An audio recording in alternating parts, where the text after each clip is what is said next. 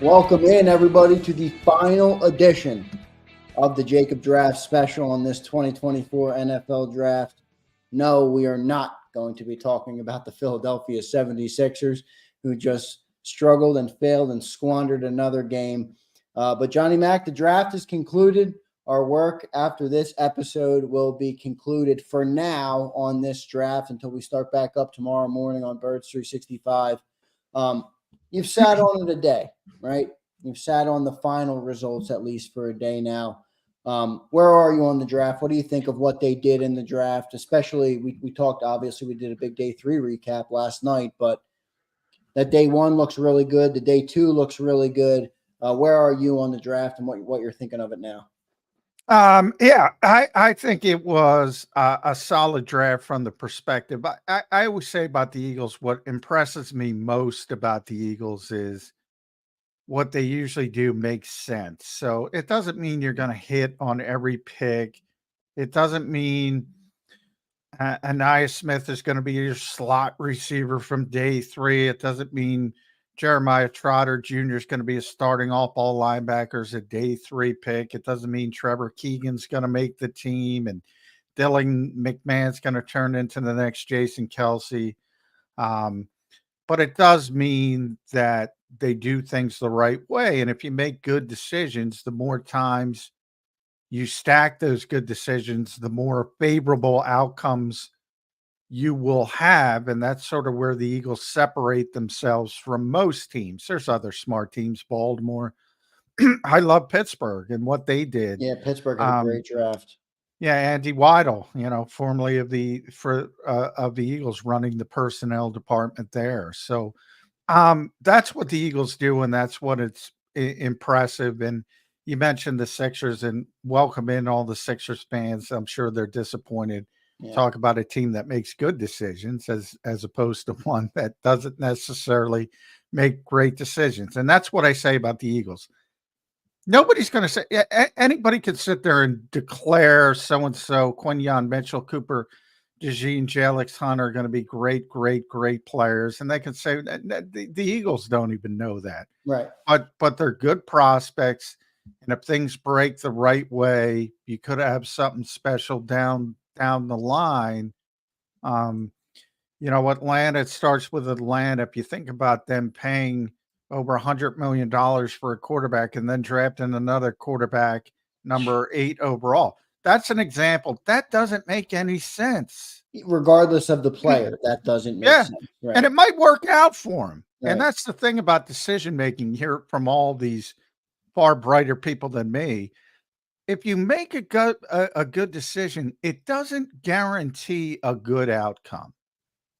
But to conflate that to, make a bunch of bad decisions and things are going to work out well for you. No. If you consistently make good decisions, the odds will tilt in your favor. And that's sort of the Eagles' process, and they make good decisions. Yeah, that's a great way to look at the draft, too. Like you said, nobody knows if these players are going to be great, terrible, or not, but you can judge the decision making, you can judge the process that they went into it. We talked about it a little bit yesterday, just how much Howie has improved in that process, and the decision-making goes into it. But, I keep pointing to that example of Cooper DeJean. They waited on him in the second round, then they traded up, and boom, you saw a little run on cornerback. So just a great decision, great reading of the board there, which is a testament to the process, which is really what you're analyzing at this point. These guys haven't been given helmets yet. They haven't gone to camp. They've never played an NFL snap. So from that perspective, it's tough, but I agree with you. The decision-making that they have it's amazing. It's great to watch. I mean, I know not everybody's a PFF fan. John, I know you are a PFF guy. I like PFF as well. They graded the Eagles at an A+, and I think a lot of those grades go into the decision-making that you're talking about. I think it was only 3 teams got an A+, them, the Steelers, and was it the Titans or one other team got a Well, and I have a lot of respect for those guys and what they do, but draft grades are silly. And I'll say that with an A+ and I'll say that with an F, because I just, gave you an example with Atlanta. Look, that's a dumb decision. They're going to get a bad grade, but if Michael Penix Jr. turns into a great player, Doesn't matter. Right. Doesn't matter. Literally doesn't matter. So what it is, you're grading the decision making, and yeah, then I say that's what the Eagles do. They make good decisions. Doesn't guarantee Quinyon Mitchell's going to be an All-Pro corner, or Cooper DeJean's going to be an All-Pro corner or safety or wherever they play him. Jalyx Hunt may be the next Davion Taylor, or he might be the next Max Crosby. Yeah. Anybody who says they know what it's going to be is lying to you. But that's what the draft is. It's a recap. And I get everybody likes grades. Real grades only matter. I was talking to a GM once and he told me, hey, who gets a second contract? That's a real grade with their original team. That's a successful pick. And then there's a lot of context from that. I mean, day 3 picks we were talking about yesterday. Yeah, right. If you get 4 years out of a day 3 pick, that's a successful pick from a GM standpoint. Might not be a great player, but if you get a contribution for 4 years, that's a good pick. So day after, grades are what they are. And if you don't like a particular grade, same thing when I say with a mock draft, throw it out and look at the next one. That's what I would recommend. But the Eagles make good decisions. And sometimes it pisses me off because I'd like to criticize them a little bit more, but it's tough to do at times because they make. I mean, and when you're not grading players, you're grading decisions. That the Eagles have certainly swung the pendulum in their favor of consistently making those good decisions. Speaking of decisions, I want to get your opinion on. They made the decision, and obviously this is the way the board fell, but they go cornerback, and I know Cooper DeJean is a defensive back, but for the sake of the conversation, corner, 1, 2 for the Eagles. That's not what Howie Roseman is typically doing. What do you think of that evolvement of Howie or that evolution of Howie? And we talked about it a little bit last night, just how he's able to look at what he's done wrong in the past, learn from it, grow from it, and be better and build a better team in the future.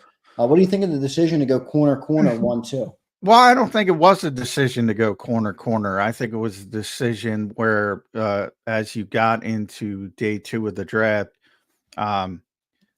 Cooper DeJean was one of the few players the Eagles had a first round grade on. And as he started to sink a little bit, then they said, all right, let's go up and get him. It was about the player. It wasn't about the position. So the bad decision would have been, we have a first round grade on him, but we already took a cornerback. That's a bad decision. So if you're in a position to go get a guy, and the Eagles probably had, and I'm just guessing, Howie didn't tell me, but they never have 32. They probably had about 20, somewhere between 20 and 25 first round grades. And they got 2 of them in Quinyon Mitchell and Cooper DeJean. So it wasn't about he came into the draft and say, I'm going to go corner. He came into the draft and he got one player. And then as the board fell, he had an opportunity to get another player they really liked who happened to play the same position in college. It wasn't about going corner. Well, it wasn't, but at the end of the day, this team was a team that has stacked offense.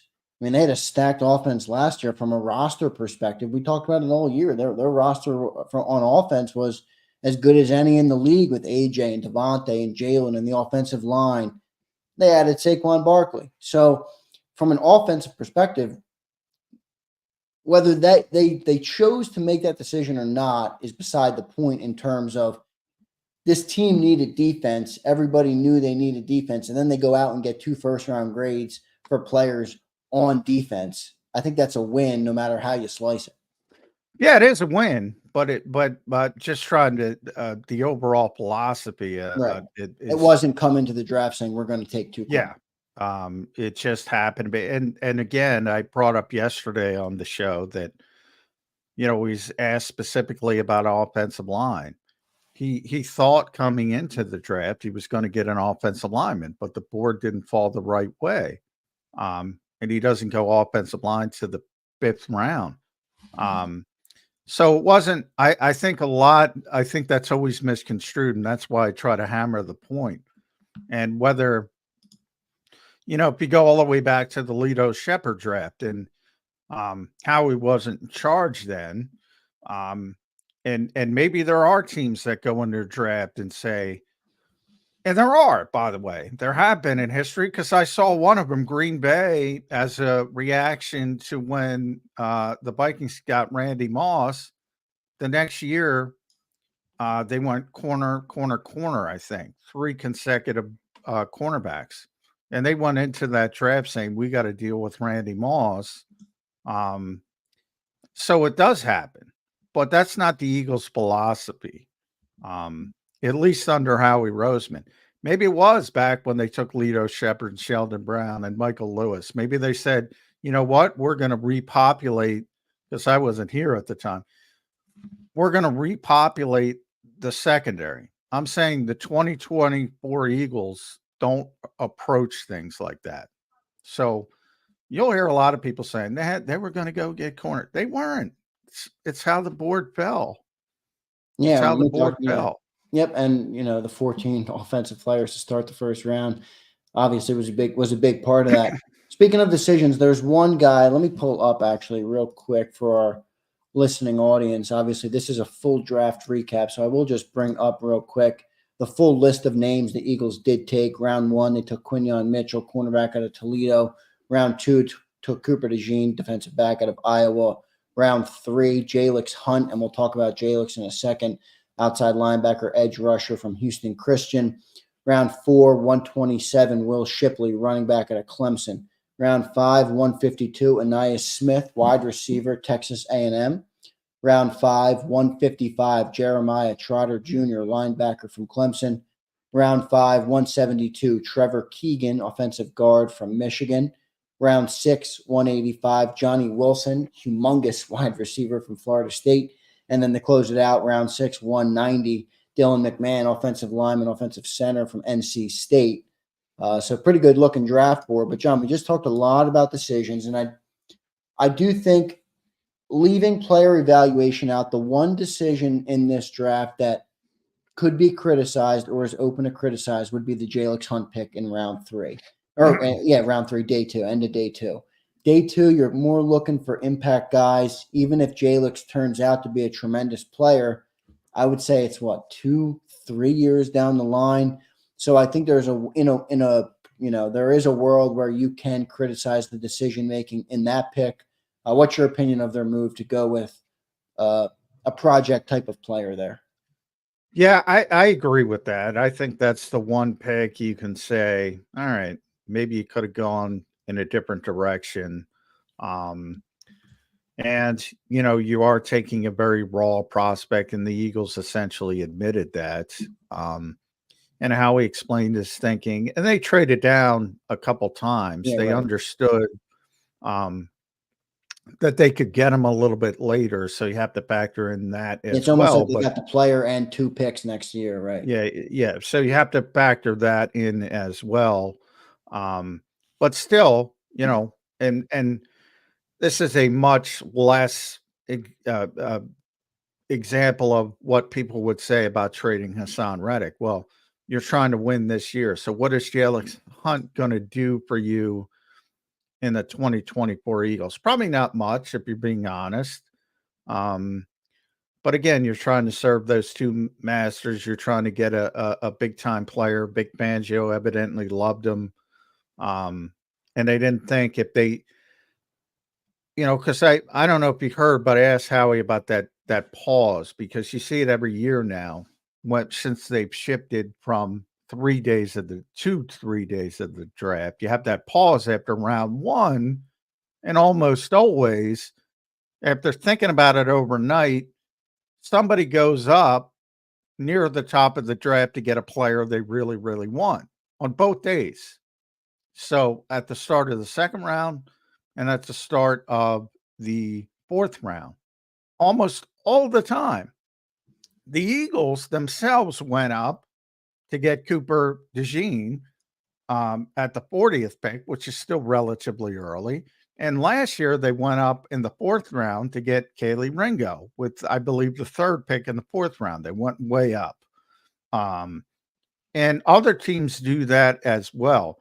So his thought process, and we'll never know, is that if they waited to round 4 and they started the process at 120, obviously they didn't take that pick, but they don't think he would have been there at 120, and you really like the player, and you take him at 94. So I can't kill him for it, but I understand people who would say maybe you're getting a little too cute. And I use that because that's exactly what Howie described it as. He didn't want to get too cute. And I think maybe he did get too cute in the opposite fashion and talk himself into it because, he mentioned DJ Daniel Jeremiah's, as they went down the NFL network, and they would always pop up DJ's best remaining players, and Jalyx Hunt was at the top of it. Maybe he talked himself into other teams getting him. We'll never know if they would have been able to get him in the 4th round. And they like the player. So if you like the player, go get him. Yeah, and sometimes that's part of it that goes into it. You're throwing darts in the draft. If you love a player, forget where you're taking them and just take them. So there may be some of that went into it. I want to thank all of our viewers for tuning in right now. I see everybody in the chat box. You guys have been amazing all week. Depressed over that Sixers loss. They got to get some good they're news. all fired up about the draft, though, Johnny Mac. That's why they're tuning in right now. They're forgetting. I don't know. I assume they lost. By the way, I think they. Yeah, I think they did. Joel Embiid didn't have his first point of the 4th quarter until about 50 seconds remaining. But yeah, there's Crawley saying I am depressed with the Sixers. But I do want to thank you guys all for checking in. You guys were tremendous all weekend long. You guys make the channel. You guys really make it. So this channel is nothing without our viewers and our loyal listeners who tune in every single day. And we appreciate it. If you guys could do us a favor and drop a like on the show, help us reach more Eagles fans, help us grow the network and grow the platform. We would appreciate that greatly. John, I want to ask you, you spoke now with, I'm not sure if you caught up with Anais or Johnny yet. Johnny, not yet. But yesterday you said something that was interesting, and you spoke to the character, at least this, what seemed to be, it was a first impression, but a tremendous character of their 4th round pick, which was the running back, Will Shipley, the running back out of Clemson. What else did you take away from, and you can speak to Will too, but anything else that stood out when you talk to these guys? Not everybody has a chance to listen to them, listen to the full press conferences. You're obviously in the mix. You're down at NovaCare. Anything you took away from just what you talked to these guys about? Because I think personality, I think who some of these players are really does play into whether they'll make it in the NFL or not. And you have an upfront look at these guys up front. I just want to give you a chance to comment on what you thought of it or what you made of it. Well, Howie said the Eagles have a designation called a Red Star player. And I think no matter how many times I explain this, a lot of people don't listen. It's not blue chip. Jalen Carter was a blue chip player. Red Star to the Eagles means they have everything off the field. They have tremendous character, tremendous football and intelligence. They fit the culture that they want in the building, good teammates, good in the community, all that kind of stuff, which doesn't guarantee you're going to be a good football player, but it's just this designation. I'm trying to explain the designation the Eagles have with these particular players. Last year, they got one Red Star player. It was Sidney Brown. They felt he was a Red Star player from their perspective. This year, they got 5. And they only give it out to less than 20 players a year. And Howie says they got 5. Now, I imagine at some point he'll let us in on who they are. What's kind of scary is I can't even whittle it down to 5, from talking to these guys. but Shipley's one of them. Shipley's 100% one of them. John, real quick, does Red Star player leave out evaluation of talent? Is it more the intangibles of a player, the personality, the characteristics, the confidence, the will to win, stuff like that? Yeah, it's more of that stuff, but they're not drafting players they don't think that could be NFL players as well. So, but it's more leaning I just towards mean a the player other in the stuff. 5th round could get a Red Star. Yeah, well, and that's what I said. I put that on Twitter. I say that because I put it on Twitter, and I said Will is definitely one of them, no question about it, 100%. Nick Sirianni raved about him, 4.0 grade point average. Everything about him is just impressive. Definitely one. Then I kind of speculated who the other 4 would be. And I got the immediate Quinyon Mitchell's the best player. I'm not talking about blue chip player. Obviously, Quinyon Mitchell is the most talented player the Eagles got. I'm talking about their own organizational Red Star category, which is what, as you described it, and all those intangibles, whether you want to call character, football integrity, football competitiveness, all the stuff Nick Sirianni talks about with his core values. And I'm thinking you could say it about Jalyx Hunt. That stinking kid went to Cornell, for people who don't realize, before he transferred to Houston Christian. It could be Jeremiah Trotter Jr. It could be Trevor Keenan. In fact, it is Trevor Keenan because he was a captain at Michigan, and Dylan McMahon, who was a captain at NC State. It could be Cooper DeJean, and it could be Quinyon Mitchell because they have tremendous respect for his willingness to stay at Toledo when Alabama was trying to get him to finish his career there. So it could be Quinyon Mitchell. There's 5 of these guys, but the one guy I'm 110% positive it's Will Shipley's one of them. No question about it. No question about it.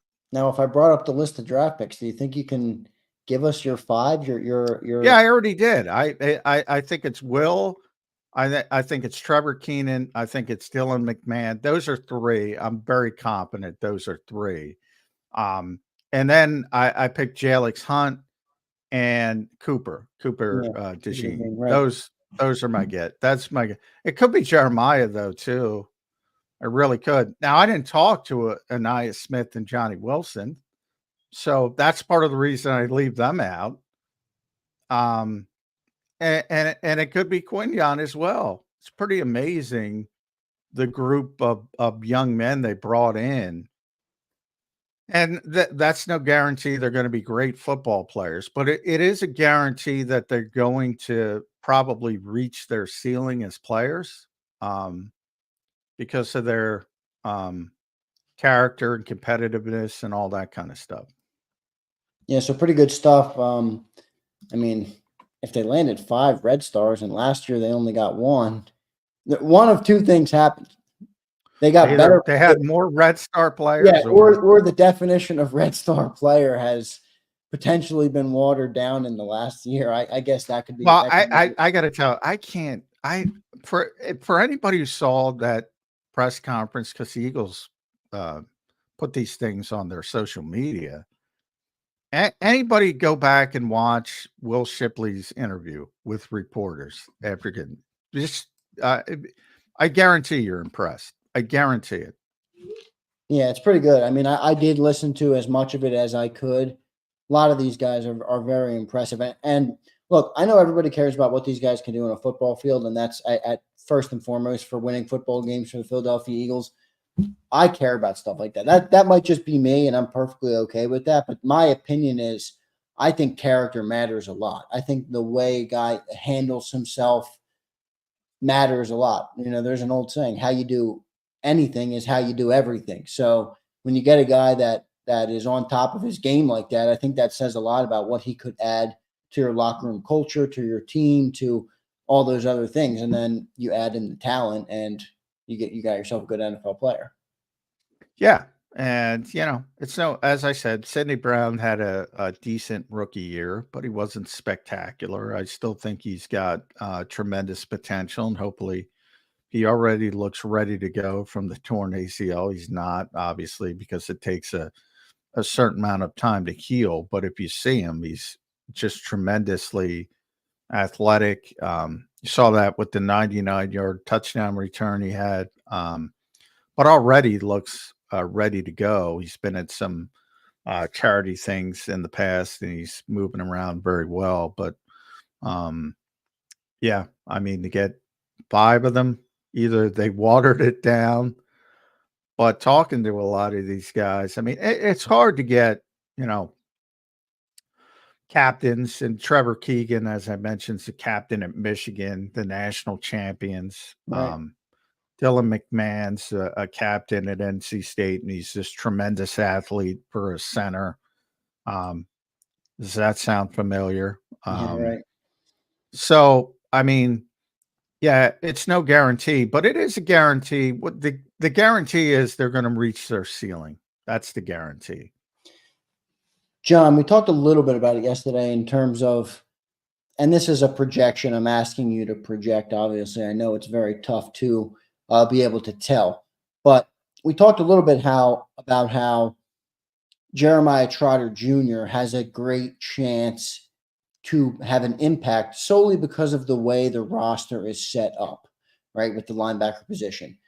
What other player, what other draft pick besides, I would say, Quinyon Mitchell, do you project to have a role on this team in year one? When I say role, I mean a role. I mean they're in the rotation, they have snaps, they're making plays on Sundays. What other boys are you projecting, or what other guys are you projecting from this class? Cooper will have an opportunity. Can't tell you where it's going to be. It could be the slot, could be safety, could be corner. But he should have an opportunity to get on the field, at least contribute relatively early.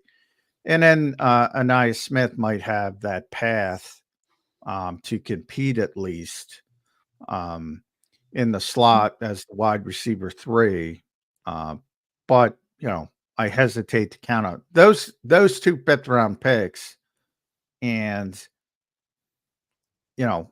3 picks apart. One was 152, one was 155, Anaya Smith and Jeremiah Trotter.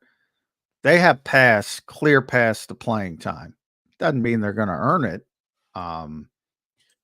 Where you look at Cooper DeJean, outside corner is going to be Slay and Mitchell. So he's probably not going to play there unless somebody gets hurt. Slot corner, Avonte Maddox. We'll see. Cast of thousands. Maybe that's the spot for him. Safety, you have CJ Gardner Johnson, Reed Blankenship. Maybe he can beat out Reed Blankenship, but it's a tougher path. Whereas Anaya Smith, he's got to beat out Paris Campbell. Jeremiah Trotter, he's got to beat out Devin White or Nakobe Dean. It's probably I wouldn't count on that, but it's certainly possible because those aren't some of the Eagles' best players when you talk about Paris Campbell, Devin White, and Nakobe Dean at this stage. And on the opposite end of the spectrum, is it the guys that are least likely to make a contribution in 2024? Jalyx Hunt, Dylan McMahon? Yeah, I mean, when you're down at 190, and I would say Johnny Wilson got very small chance. Might even be a practice squad guy to start. Yeah, Dylan McMahon, it's going to be very difficult. Trevor Keenan is going to be very difficult. The Eagles are obviously very good on the offensive line. Nor as it should be. We're talking about 172, 185, and 190. I mean, anybody who's expecting those guys to step in and play is you're being way too optimistic. I will say that. And Will Shipley, I mean, he's going to be the third back. So, you might see him if Saquon Barkley gets hurt, but other than that, he's not going to get much as far as playing time either. So, and as you mentioned, Jalyx Hunt is going to be more of a developmental player. So if you're looking for guys who are going to have roles, I would say obviously Quinyon Mitchell, Cooper DeJean, I think will have a role. We'll see what it is.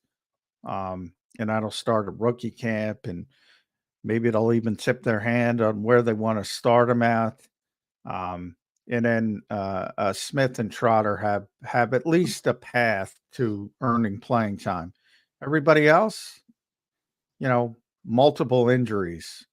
And if you do see him, it's probably not a good thing. Yep, the journey starts now, as you always say. It doesn't end on draft day; it begins. So now's the time you develop the players and you make them able to contribute for your football team. I want everybody in the chat to give a shout out to our man Johnny Mac. We're going to finish up here shortly. John's going to grill some grub tonight. He's going to have a nice cookout after a long weekend. And people don't listen. I by the way, I said Nakobe Dean isn't one of the Eagles' better players. And everybody's saying I called him the worst linebacker. Nakobe Dean is not one of the Eagles' better players. I don't even think that's an opinion. That's not disputable. Open your ears, people. Come on. There's Crawley giving you a shout out though. John, I know you see the haters, but there's a lot of people that love Johnny Mac out there too. Their voices just might not be heard as much. So I do want to give a shout out to you, sir. You put in the time, you put in the work this weekend, and I know it's tough covering these drafts. And you were all over the place. You were on all over JAKIB Sports. You were down at NovaCare. So pretty good stuff by you. We'll be back at it tomorrow morning on Birds 365. But an ode to you, sir. Go and enjoy some nice grilled and grubbed food and enjoy your time with your family and your wife. Yeah, and sorry about the Sixers, guys. Yeah, well, everybody's high on the Eagles draft, so they have that to fall back on right now. Yeah, and there's always game. Thank you, man. Yeah, there's always game 5, but probably not more than game 5. So that's about it. All right. We'll see how it goes. All right, everybody. Thanks for checking in. Make sure you like the show on the way out. Drop us a comment to show some love to Johnny Mac. We appreciate it. I will make sure he sees it, whether he wants to see it or not. I will force him to read some of the comments. So drop us a like, drop us some comments showing some love to Johnny Mac. John, we appreciate all your work this weekend. I know all the fans do. I know I do as well. I learned a lot talking to you, obviously, the last couple of days. And I think the Eagles, overall, I would say the Eagles did a pretty good job. As we talked about in the beginning, this is a decision-making process where you're judging their decision-making, and it certainly looks like Howie made good decisions and the whole front office made good decisions. So pretty good stuff. Thank you, sir. All right. Thanks, guys. All right. Thanks, everybody. See you next time.